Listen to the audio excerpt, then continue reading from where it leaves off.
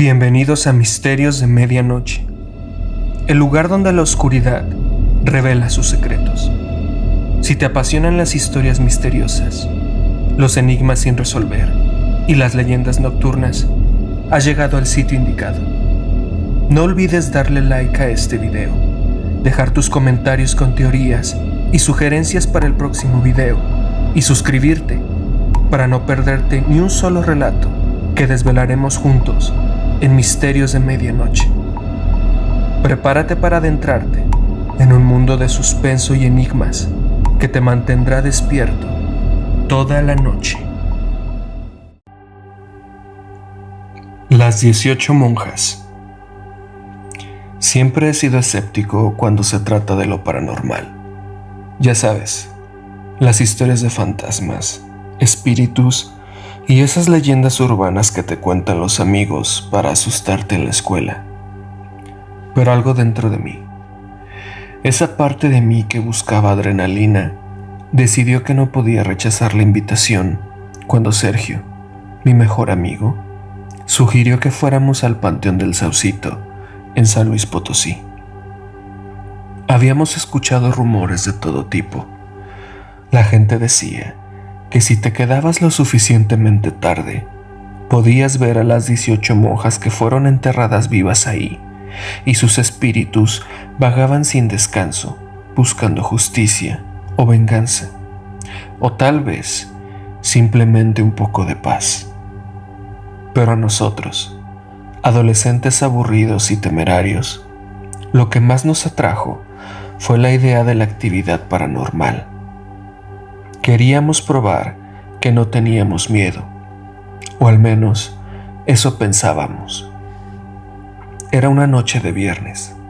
Ni siquiera nos molestamos en inventar excusas para nuestros padres. Dijimos que íbamos a dormir en casa de Sergio y nos fuimos directamente al cementerio en su viejo coche. La luna apenas iluminaba la carretera y el camino hacia el Panteón del Saucito estaba envuelto en una niebla ligera que hacía todo más siniestro. Cuando llegamos, el panteón parecía desierto. Las grandes rejas de hierro forjado se erguían frente a nosotros, como los dientes de una bestia esperando devorarnos. Bajamos del coche y al poner un pie fuera, sentí un escalofrío recorrerme la espalda. Algo no estaba bien, pero no podía darme la vuelta y huir. No después de lo que habíamos hablado. Éramos 5: Sergio, Paulina, Carla, Jorge y yo. Sergio llevaba una linterna grande y unos cuantos cables para conectar su grabadora de audio.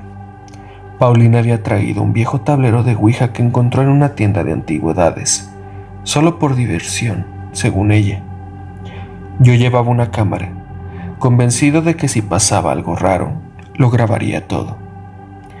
Carla y Jorge estaban callados, pero no dijeron nada que nos hiciera detenernos.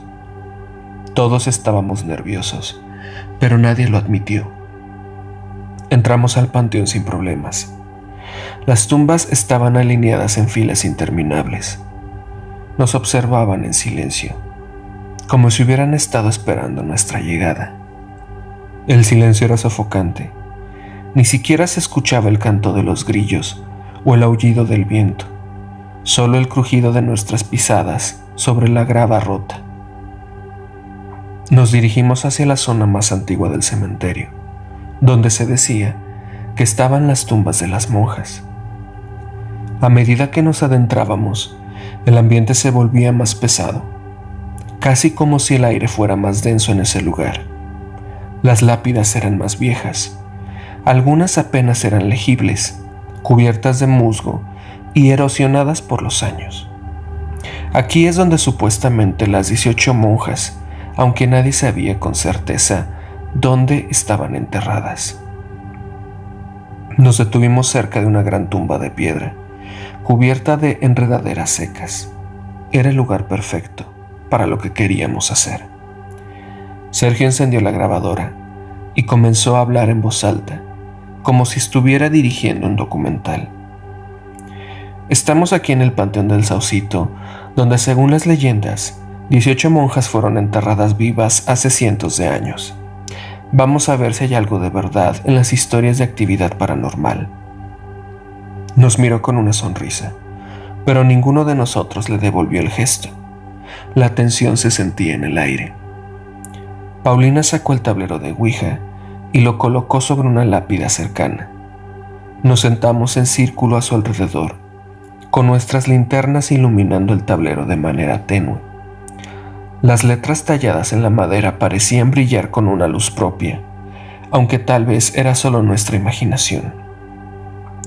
Solo por diversión, ¿verdad?, dijo Paulina, tratando de romper el silencio, pero su voz sonaba hueca, como si ni ella misma se creyera lo que decía. Colocamos nuestras manos sobre el indicador y Paulina empezó a hacer preguntas. Al principio, nada sucedió. El tablero permanecía inmóvil y la atmósfera se volvía cada vez más tensa. ¿Hay alguien aquí?, preguntó Sergio. Su tono era medio burlón. En ese momento, sentí una ráfaga de aire frío que me hizo estremecer. Jorge también lo notó, porque se pasó una mano por los brazos como si hubiera bajado la temperatura de golpe. El indicador empezó a moverse lentamente, primero hacia la S y luego hacia la I, y finalmente hacia la N. Nos miramos todos confundidos. ¿Significa sí?, preguntó Carla. Su voz era apenas un susurro. Debe ser una coincidencia, dije, aunque no estaba seguro de si lo creía. Sergio, cada vez más emocionado, volvió a preguntar: ¿eres una de las monjas? El indicador se movió de nuevo, esta vez mucho más rápido, hacia la palabra sí. El frío en el aire se volvió más intenso. Sentí como si algo invisible estuviera mirándonos desde las sombras, observando cada uno de nuestros movimientos. Antes de que pudiéramos hacer otra pregunta, escuchamos un ruido, un leve crujido, como si alguien estuviera caminando entre las tumbas, acercándose a nosotros. Las linternas parpadearon y por un momento todo se sumió en una oscuridad total. Cuando la luz volvió, vimos algo que hizo que el miedo me invadiera por completo. Una figura alargada y vestida de blanco estaba de pie, a unos pocos metros de nosotros. No se movía, no tenía rostro. Su silueta era borrosa, como si estuviera hecha de niebla. Paulina dejó escapar un grito ahogado, y en ese instante, la figura desapareció. ¿Vieron eso?, susurró Jorge. Su voz estaba temblando. Nos vamos, ahora, dije, pero mis palabras apenas salían de mi boca. Estaba paralizado por el miedo. Sentía que cada músculo de mi cuerpo estaba rígido, como si algo invisible me mantuviera en mi lugar. De repente, el tablero de Ouija se movió solo.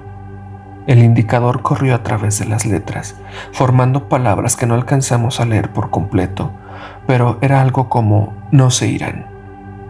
Sergio intentó apagar la grabadora, pero esta comenzó a emitir un ruido agudo y distorsionado, como si fuera una voz que no pudiéramos entender. Era como si los espíritus del lugar estuvieran tratando de comunicarse, pero no de la forma en que habíamos imaginado. De pronto, todos sentimos una presión en el pecho, como si nos faltara el aire. La atmósfera era insoportable. El crujido de pasos se hacía más fuerte, pero ahora no era solo uno. Era como si muchas personas estuvieran caminando hacia nosotros, rodeándonos. El sonido de los pasos se mezclaba con murmullos, rezos en un idioma que no entendíamos. Me puse de pie de un salto. Mi cuerpo estaba reaccionando antes que mi mente. «¡Vámonos!», grité, y todos salimos corriendo, dejando atrás el tablero, la grabadora y todo. Mientras corríamos, podía sentir algo siguiéndonos. No me atreví a mirar atrás. Sabía que si lo hacía, vería a esas figuras blancas, con sus túnicas rasgadas, sus rostros ocultos, extendiéndonos sus manos hacia nosotros. Podía sentir su presencia en la nuca, como si estuvieran a punto de alcanzarme. Finalmente llegamos al coche. Nos metimos de golpe y Sergio encendió el motor con manos temblorosas. Pisó el acelerador y el auto se alejó chirriando sobre la grava del panteón. Mientras nos alejábamos, miré por el retrovisor. Las vi. No eran solo una o dos figuras, eran 18, todas de pie en la entrada del panteón, observándonos. Y aunque no tenían rostros visibles, supe que nunca nos olvidarían. El camino de regreso fue un silencio absoluto. Nadie dijo una palabra. No hacía falta.